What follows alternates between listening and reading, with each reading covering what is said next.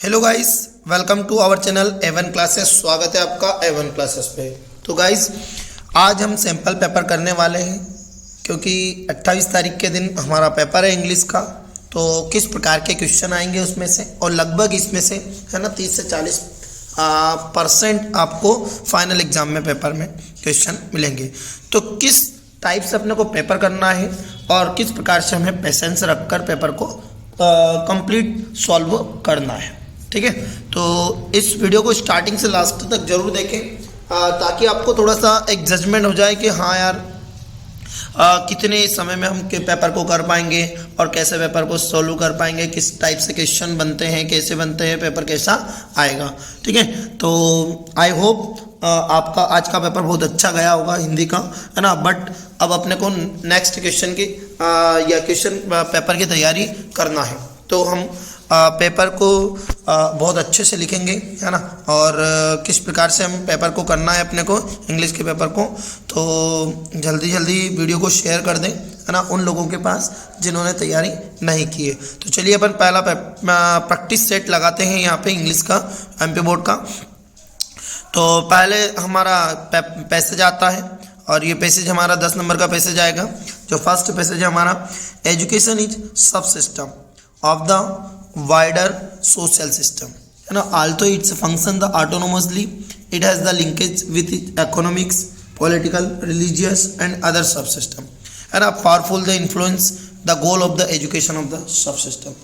ये जो पूरा का जो हमारा पैसेज है वो शिक्षा के ऊपर जुड़ा हुआ है। पूरा का पूरा पैसेज हमारा एजुकेशन के ऊपर था कि जो एजुकेशन है ना वो किन चीज़ों से जुड़ी हुई है। तो economics, political, religious and other सब सिस्टम, इन सारी चीज़ों से जुड़ी हुई है। भारत की अर्थव्यवस्था के बारे में इसमें बताया गया है, सामाजिक तत्वों के बारे में बताया गया, भ्रष्टाचार के बारे में इस पैसेज में बताया गया है ना। किस प्रकार से मतलब जो 1986 में जो एजुकेशन पॉलिसी बनी थी, है ना, उसमें किस प्रकार से कोई क्या बात कही गई थी, है ना, क्या एडजस्टमेंट हुआ था, और 1992 में किस प्रकार से रीएडजस्टमेंट उसमें किया गया था। किसमें ये 1986 की जो पॉलिसी हमारी बनी थी शिक्षा नीति, उसमें क्या चेंजेस हुआ था। तो हमारी जो फॉर्मल एजुकेशन है ना वो दबी हुई है ना। अब फॉर्मल एजुकेशन कहाँ दबी हुई है भैया, तो formal education is squeezed between memory and mechanism, ठीक है। आधुनिकरण और मतलब मशीनरी को बीच में दब चुकी है। तो ये पूरा का पूरा पैसेज हमारा education is the sub system. तो फर्स्ट अपन सबसे पहला वाला क्वेश्चन देखेंगे कि पहला क्वेश्चन हमारा कौन सा आता है, इसका बनता है इसका कि व्हाट इज ए सब सिस्टम। तो सब सिस्टम क्या है, वाइडर सिस्टम, है ना। जो what is the sub system of the wider social system. क्या इकोनॉमिक्स है, एजुकेशन है, कल्चर है, ग्लोबलाइजेशन है। तो हमारा जो इसका जो फर्स्ट क्वेश्चन बनेगा, देखिए एजुकेशन इज सब सिस्टम वाइडर सोशल सिस्टम। तो जो पहला आंसर हमारा क्या बनेगा इसका, तो पेशेंस थियरी रखना। तो पहला आंसर हमारा बनेगा एजुकेशन, है ना। आप भी साथ में करते चले कि किस टाइप से अपने को क्वेश्चन बन रहे हैं, आपको कौन कौन से क्वेश्चन कंप्लीट है।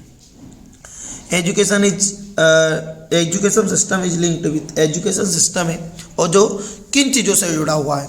तो एजुकेशन सिस्टम किन चीज़ों से जुड़ा हुआ है, इकोनॉमिक्स, जियोग्राफिकल, है ना। इकोनॉमिक्स से जुड़ा हुआ है, जियोग्राफिकल से कल से नहीं जुड़ा हुआ है। तो इसका आंसर क्या जाएगा, जो इसका आंसर है हमारा ये वाला आंसर बनेगा। कौन सा वाला आंसर बनेगा, बी वाला द करेक्ट आंसर कि इकोनॉमिक्स, पॉलिटिकल एंड रिलीजियस, ठीक है। ठीक है, तो एजुकेशन किन चीज़ों से जुड़ी हुई है, तो इकोनॉमिक, पॉलिटिकल एंड रिलीजियस, है ना। कहाँ पर लिखा हुआ है आप इसमें देख सकते हो, ये यहाँ पे कि it is linked with the economic, political and religious सब सिस्टम, ठीक है। चलिए नेक्स्ट, है ना। चैनल को सब्सक्राइब नहीं किया है तो चैनल को सब्सक्राइब करते चले, है ना। और आपको 10th और 12th के बहुत इंपॉर्टेंट क्वेश्चन अभी मिलने वाले हैं और मिल रहे हैं और चल रहे हैं, है ना। प्रैक्टिस सेट भी आपके चल रहे हैं, है ना। जिन बच्चों ने तैयारी नहीं की है वो बच्चे A1 क्लासेस से तैयारी कर सकते हैं। चलिए नेक्स्ट, अगला क्वेश्चन हमारा आता है कि which factor have great impact on the social system. तो कौन सा फैक्टर है जो मतलब बहुत इम्पैक्ट डाल रहा है हमारे उस पर ठीक है, एजुकेशन पे तो सोसाइटी एंड कल्चर, ध्यान रखना समाज और संस्कृति, है ना, जो एजुकेशन के ऊपर बहुत ज़्यादा जोर डाल रहा है। नेक्स्ट अगला question, what are the main case of the, है ना, momentous change in the education value. तो momentum change of education value कौन सी चीज़ है ना, जिसको मोमेंटम चेंज कर दिया है, तो भैया ग्लोबलाइजेशन एंड मॉडर्नाइजेशन। क्या आ जाएगा, ग्लोबलाइजेशन एंड मॉडर्नाइजेशन। ये पैसेज में अपने को ऊपर आसानी से मिल जाएगा। पांचवा क्वेश्चन आता है हमारा, what is the primary institution, है ना, what is the primary institution. तो प्राइमरी इंस्टीट्यूशन क्या है हमारा, माध्यमिक, तो होम, घर से हमें प्राथमिक शिक्षाएं दी जाती है। ठीक है, नेक्स्ट अगला, करियर काउंसलिंग नहीं होगा, कोचिंग इंस्टीट्यूट भी नहीं होगा, है ना। चलिए नेक्स्ट, सिक्स क्वेश्चन आता है हमारा कि give the word from the passage given meaning of the pleasant. Pleasant मतलब होता है खुशी, उत्साह, प्रसन्नता। तो इसका मीनिंग लिखना है अपने को, तो मीनिंग में क्या हो जाएगा हमारा, कॉन्गनियल। ठीक है, याद रखना, है ना, प्लीजेंट तो कॉन्गनियल आ जाएगा इसका आंसर, क्या जाएगा, कॉन्गनियल। नेक्स्ट अगला क्वेश्चन आता है, cultural aesthetic and moral education can be found, है ना। तो कहाँ पर पाई जाती है, ध्यान रखना, cultural aesthetic and moral education can be found. हम पैसेज में देख सकते हैं, cultural aesthetic and moral education be found. देखो आपको यहीं पे मिल जाएगा, ये दे रखा है कि it is family has केस्ड the institution of the providing cultural aesthetic and moral education. Paragraph में मिल गया। तो इसका जो आंसर आ जाएगा, करेक्ट आंसर क्या हो जाएगा हमारा, तो फैमिली। ठीक है, इसका जो करेक्ट आंसर है वो कौन सा आंसर है, फैमिली। ठीक है, तो इसका आंसर आ जाएगा हमारा फैमिली। नेक्स्ट अगला क्वेश्चन देखते हैं, व्हाट इज द रिवाइवल, है ना, what is the reveal institution of teaching. तो रिवल इंस्टीट्यूशन टीचिंग क्या है, तो भैया प्राइवेट ट्यूशन है, ध्यान रखना। रिवल, है ना, रिवल ऑफ इंस्टीट्यूशनल टीचिंग क्या है, तो प्राइवेट ट्यूशन है, ध्यान रखना। ये पैसेज में आपको मिल जाएगा। द नेशनल एजुकेशन पॉलिसी 1986, जो नेशनल एजुकेशन पॉलिसी है वो क्या है, तो वो है कल्टीवेशन। क्या है, कल्टीवेशन, चीज बदलना, ध्यान रखना, कल्टीवेशन। ठीक है, नेक्स्ट अगला क्वेश्चन आता है हमारा, लास्ट क्वेश्चन है इस चैप्टर, इस पैसेज का, कि the noun form of the economics. तो मैंने आपको कई बार बताया कि भैया नाउन फॉर्म में क्या लगता है, हमेशा जो नाउन फॉर्म है उसमें हमेशा लगता है TION, है ना, SION, ING, है ना, MENT। ठीक है, ये सारे के सारे ITY, ये सारे के सारे नाउन फॉर्म के फैक्ट हैं जो नाउन में पीछे लगते हैं। और LY कहाँ लगता है, LY लगता है एडवर्ब में। और एडजेक्टिव में क्या लगता है, एडजेक्टिव में लगता है आपका जो एडजेक्टिव है उसमें लगता है OUS, है ना, FUL, ये सारा का सारा OUS FUL, है ना, ये सारा एडजेक्टिव फॉर्म में लगता है हमारा। तो इसमें जो इकोनॉमिक्स है इसकी जो नाउन फॉर्म आएगी वो बनेगी हमारी इकोनॉमी। क्या बनेगी, इकोनॉमी। तो आई होप आपको पैसेज बहुत अच्छे से कंप्लीट हुआ होगा। इस तरीके से आपको पैसेज मिलेगा, है ना। और लगभग ऐसा नहीं है कि पैसेज नहीं मिल सकता, ये पैसेज भी आपका मिल सकता है। ठीक है, पैसेज बहुत अच्छा आएगा। आप पेशेंस से, बिल्कुल पेशेंस से आपको पैसेज को सॉल्व करना है। ठीक है, चलिए नेक्स्ट आगे बढ़ते हैं। फिर आता हमारा पैसेज आता है यहाँ नोट मेकिंग का, कि homeopathy is a system of alternative medicine. Homeopathy के बारे में था है पूरा का पूरा passage. Was the developed by the German physician of the Samuel Hahnemann in the 18th century ने 18th सेंचुरी में होम्योपैथी की 18th सेंचुरी में, है ना, 18th सेंचुरी में इसकी खोज की थी होम्योपैथी की। तो होम्योपैथी इसका जो बन जाएगा, क्या इसका टाइटल बन जाएगा। और नोट्स बहुत अच्छी तरीके से आपको बताया हुआ है, पहले वीडियो में बताया है कि नोट्स किस प्रकार से आपको तैयार करने हैं। ठीक है, तो नोट मेकिंग बहुत अच्छे से बताई। नोट मेकिंग को पूरा पैसेंस से, पूरा टाइम लेकर अपने को करना है ना। कहाँ पर हेल्पिंग वर्ब का यूज़ करना, कहाँ नहीं करना है, कहाँ मेन वर्ब का यूज़ करना, कहाँ एब्रिविएशन का यूज़ करना है, कौन शॉर्ट फॉर्म का, फुल, तो सारी की चीज़ों को आपको एक बार कंप्लीट करवा दिया। तो नोट्स आप बहुत अच्छे तरीके से, टाइटल और नोट्स, बहुत सारे बच्चों को प्रॉब्लम आती है कि सर टाइटल हम ढूंढ नहीं पाते हैं। तो टाइटल आप देखो, कोई एक पैसेज है तो उस पैसेज का सिर्फ एक ही टाइटल नहीं रहेगा, है ना, कहीं 2 से 3 टाइप से उसके टाइटल आपको बन जाएंगे और कोई प्रॉब्लम नहीं। एवरेज मार्किंग चलती है, इसमें कोई ऐसा नहीं है कि फिक्स आपको पूरे के पूरे नंबर मिलेंगे, लेकिन बट आपको लिखना अच्छे तरीके से, कोई गलत कुछ नहीं रहता है ना। टाइटल कोई गलत थोड़ी ना रहता है नोट्स की, यार गलत नोट्स बनाए, अरे चेक करने वाले को भी समझ में नहीं आता है कि नोट्स सही बनाया गलत बनाई। तो आप उसकी बिल्कुल टेंशन बिल्कुल मत लीजिए, आपको भी इस पर एक सिस्टमेटिक तरीके से आपको नोट्स बनाना है ऐसे पे, बाकी आपको कोई प्रॉब्लम नहीं है। चलिए नेक्स्ट अगला जो क्वेश्चन आता है, देखिए 3rd नंबर के सेक्शन बी पे चलते हैं। तो सेक्शन बी में हमें मिलेगा कि you are Ruchi Dubey, you have found school bag, आपको एक स्कूल बैग मिला है ना, in the playground of your school, तुम्हारे स्कूल के प्ले ग्राउंड से। तो प्रिपेयर ए नोटिस, है ना, notice board lost and found. Lost and found का गाइज आपको क्या बनाना है, एक नोटिस बनाना है, बहुत सिंपल सा है ना। यदि स्कूल का नाम आए तो स्कूल का नाम लिखना है, अदरवाइज आपको स्कूल का नाम नहीं लिखना है। नोटिस लिखने के बाद डायरेक्टली अपन बना सकते हैं। नोटिस आपने जैसे ही लिखा है ना, जैसे ही आप लोग नोटिस लिखोगे तो नोटिस में आपको बन जाएगा, ठीक है। नोटिस लिखोगे तो उसमें लॉस्ट एंड फाउंड का लिख देना, है ना, जो भी आपका नाम आए उस नाम लिख के डायरेक्टली आपको उसको नोटिस को बना देना। और जिधर डेट लिखो ना उधर ही नीचे सामने वाले के नाम लिखना आपको। Say no to junk food, junk food का आपको क्या नोट्स पोस्टर बना देना, जैसे से नो टू ड्रग्स है ना, बस उसी तरीके से से नो टू जंक फूड, और जंक फूड के बारे में आप लिखा सकते हो। मैंने आपको पहले भी इसका पोस्टर करवाया है, ठीक है। चलिए नेक्स्ट, आपने पोस्टर नहीं किया है तो प्रीवियस जो वीडियो डले हुए हैं उन वीडियो को देख लीजिए, है ना। बहुत इंपॉर्टेंट क्वेश्चन भी डले हुए हैं, इंपॉर्टेंट लेटर एप्लीकेशन डले हुए हैं, पोस्टर नोटिस डले हुए हैं, और आपकी ग्रामेटिकल का पूरा पोर्शन डला हुआ है, एक एक चीज़ डली हुई है, बस आपको जाकर देखना है ना। चलिए नेक्स्ट आगे बढ़ते हैं। फिर 4th नंबर पर आता है कि you are Rudraksh Sharma, write a letter to your friend Anil, है ना, informing him about Diwali festival preparation. कि आपको आपके दोस्त को इन्फॉर्म करना है, इन्फॉर्मिंग करना है कि यार आपकी जो तैयारी है वो कैसे चल रही है ना, जो दिवाली फेस्टिवल है उसकी तैयारी आपकी कैसे चल रही है। चलिए नेक्स्ट आगे बढ़ते हैं। जैसे उसमें अथवा में, और इसमें एक और क्वेश्चन था, you are Suchita Tiwari residing and, है ना, 328 अमलतास कॉम्प्लेक्स शिवाजी नगर भोपाल।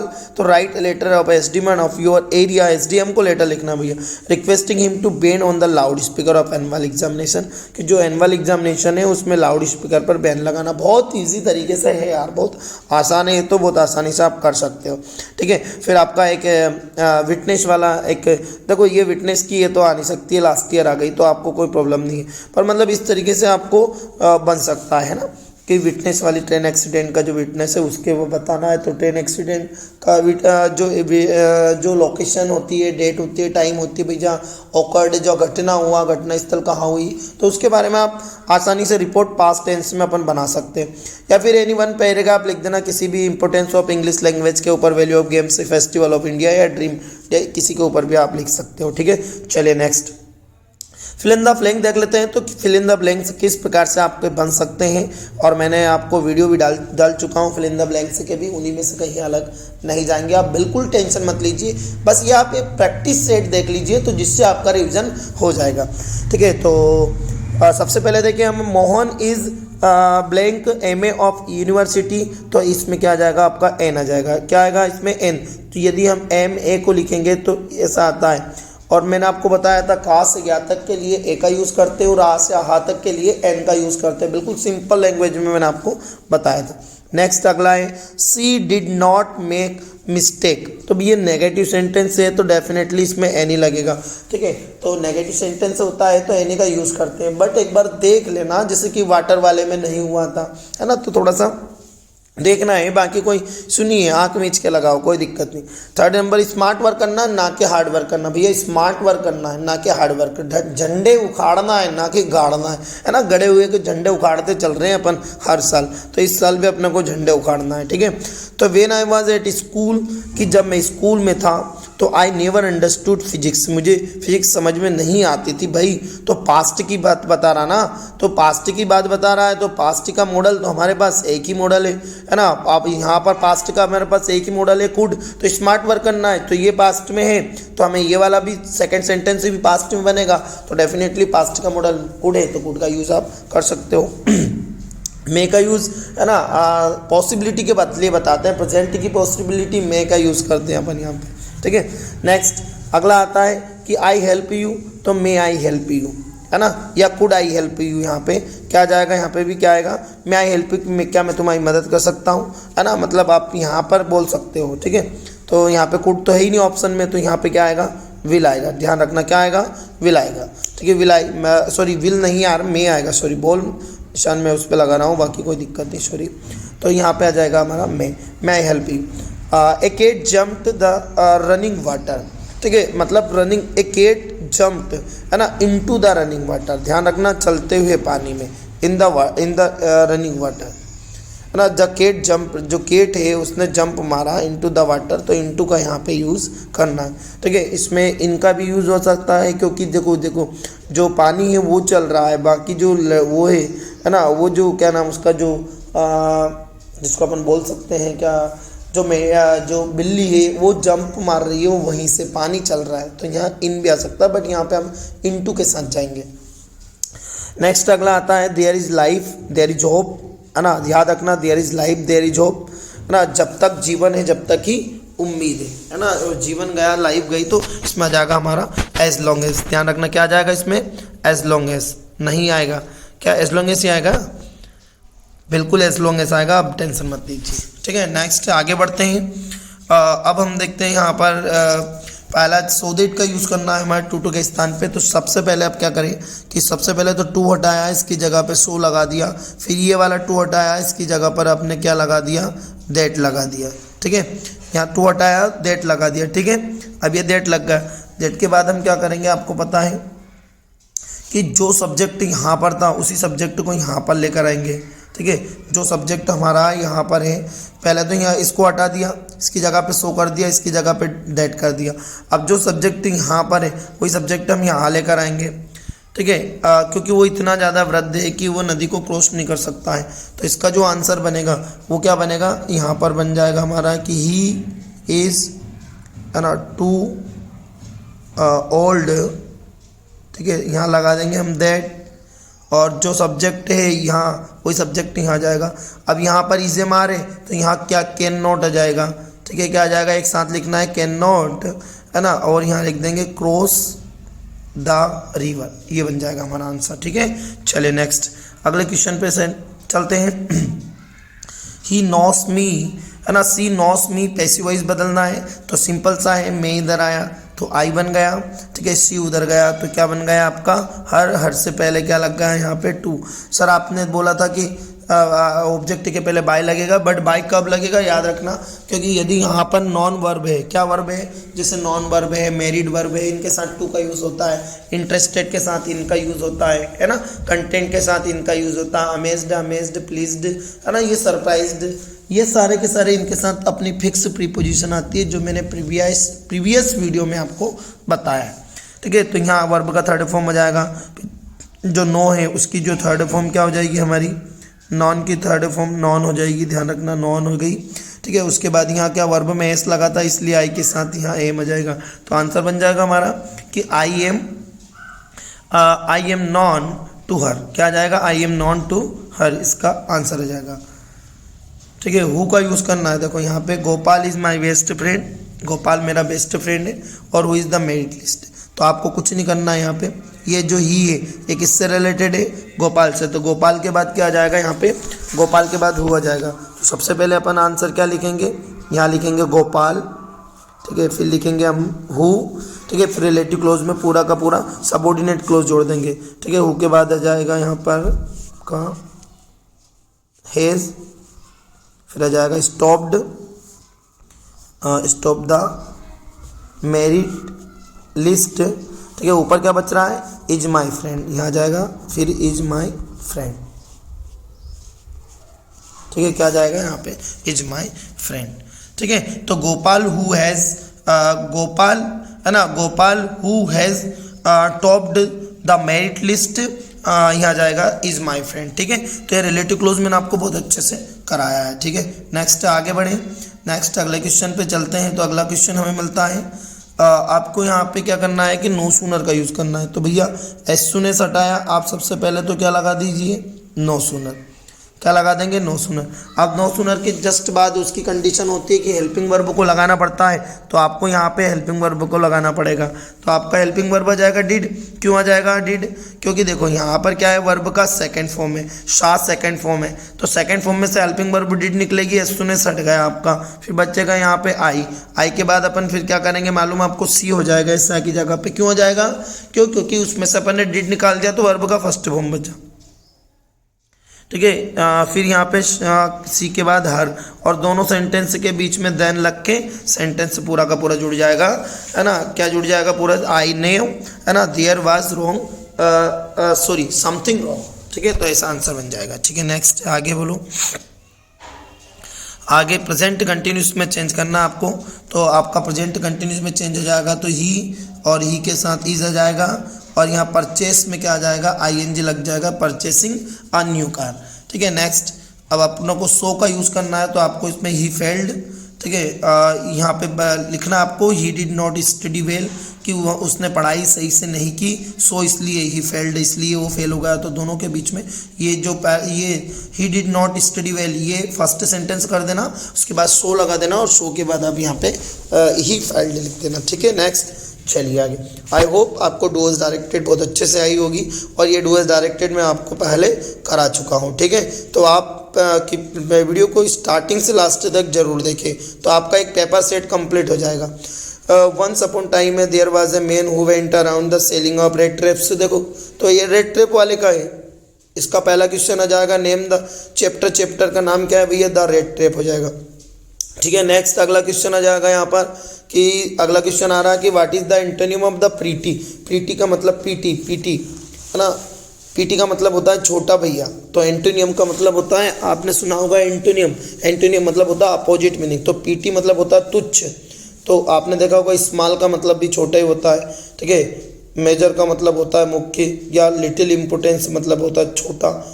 तो आप यहाँ पे आंसर क्या जाएगा, किसके साथ जाओगे, अपोजिट मीनिंग में, तो स्मॉल मतलब तो छोटा, सेम मीनिंग हो जाएगा, है ना। आप यहाँ देखा होगा ए लिटिल इम्पोर्टेंस मतलब बहुत कम मात्रा में, जो जिसको बोल सकते हैं अपन पीटी, तो इसका आंसर क्या जाएगा, मेजर। मेजर का मतलब होता है मुख्य, है ना, जो बड़ा व्यक्ति रहता है जिसको अपन बोल सकते हैं मुख्य व्यक्ति है, मेन व्यक्ति है ना, तो बड़ा है, तो इसमें आंसर क्या जाएगा हमारा, मेजर आ जाएगा, ठीक है। नेक्स्ट अगला आ जाएगा, अगला क्वेश्चन आता है हमारा कि व्हाट डज द परहेज, है ना, keep body and soul together, keep body and soul together.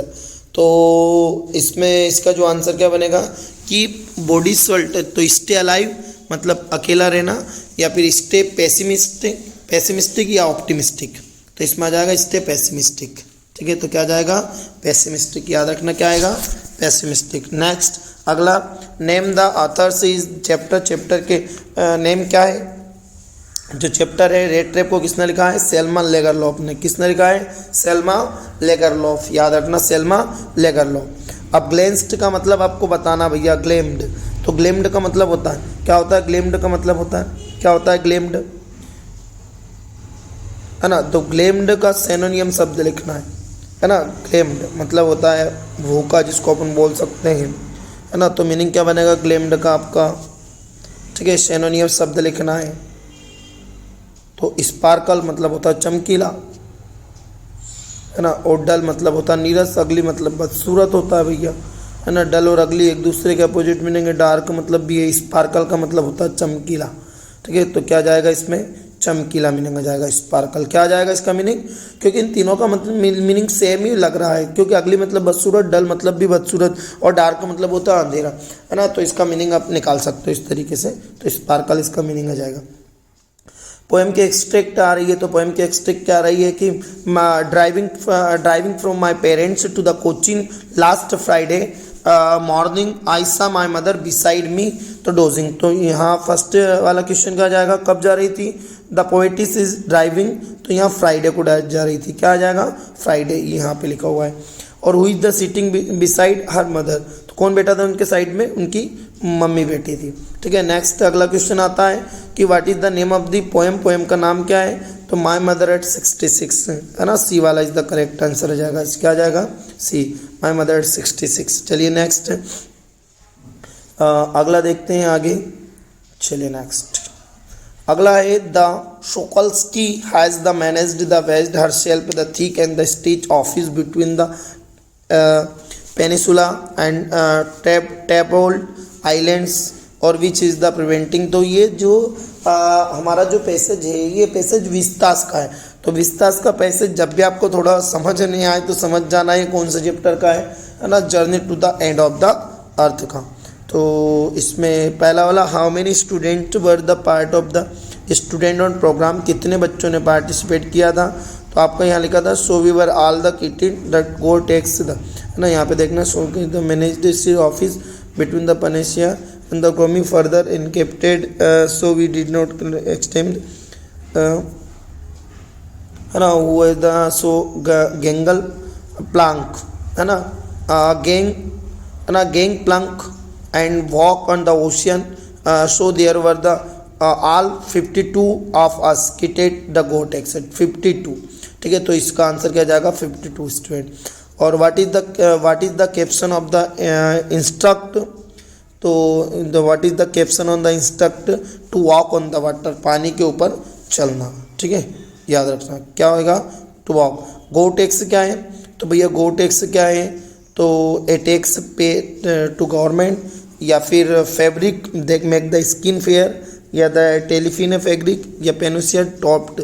तो इसमें fabric to make the skin fair, है ना, तो क्या जाएगा गो tax,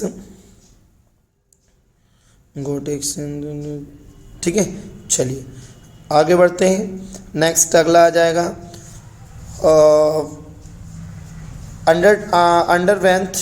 underneath over the fit was thick. तो कितने मीटर की बात हो रही थी भैया, तो यहाँ पे लिखा हुआ था, देखो एक ए मीटर लिखा हुआ था, देखो यहाँ पे ए मीटर, है ना, अंडरवेंथ इज ए मीटर, है ना, ए मीटर। तो यहाँ पे आ जाएगा फर्स्ट वाला आंसर, ठीक है, क्या जाएगा फर्स्ट वाला। क्वेश्चन आंसर देख लेते हैं। तो क्वेश्चन आंसर आपके बहुत ज़्यादा इजी थे। What had been put up on the bulletin board, तो ये क्वेश्चन तो बन नहीं सकता है। हाँ, ये जरूर आपका आंसर बनेगा कि what makes the city of Firozabad famous for, तो Firozabad is famous for its bangles, every other family in Firozabad is making bangles, ठीक है, और it is also the centre of India's glass blowing industry.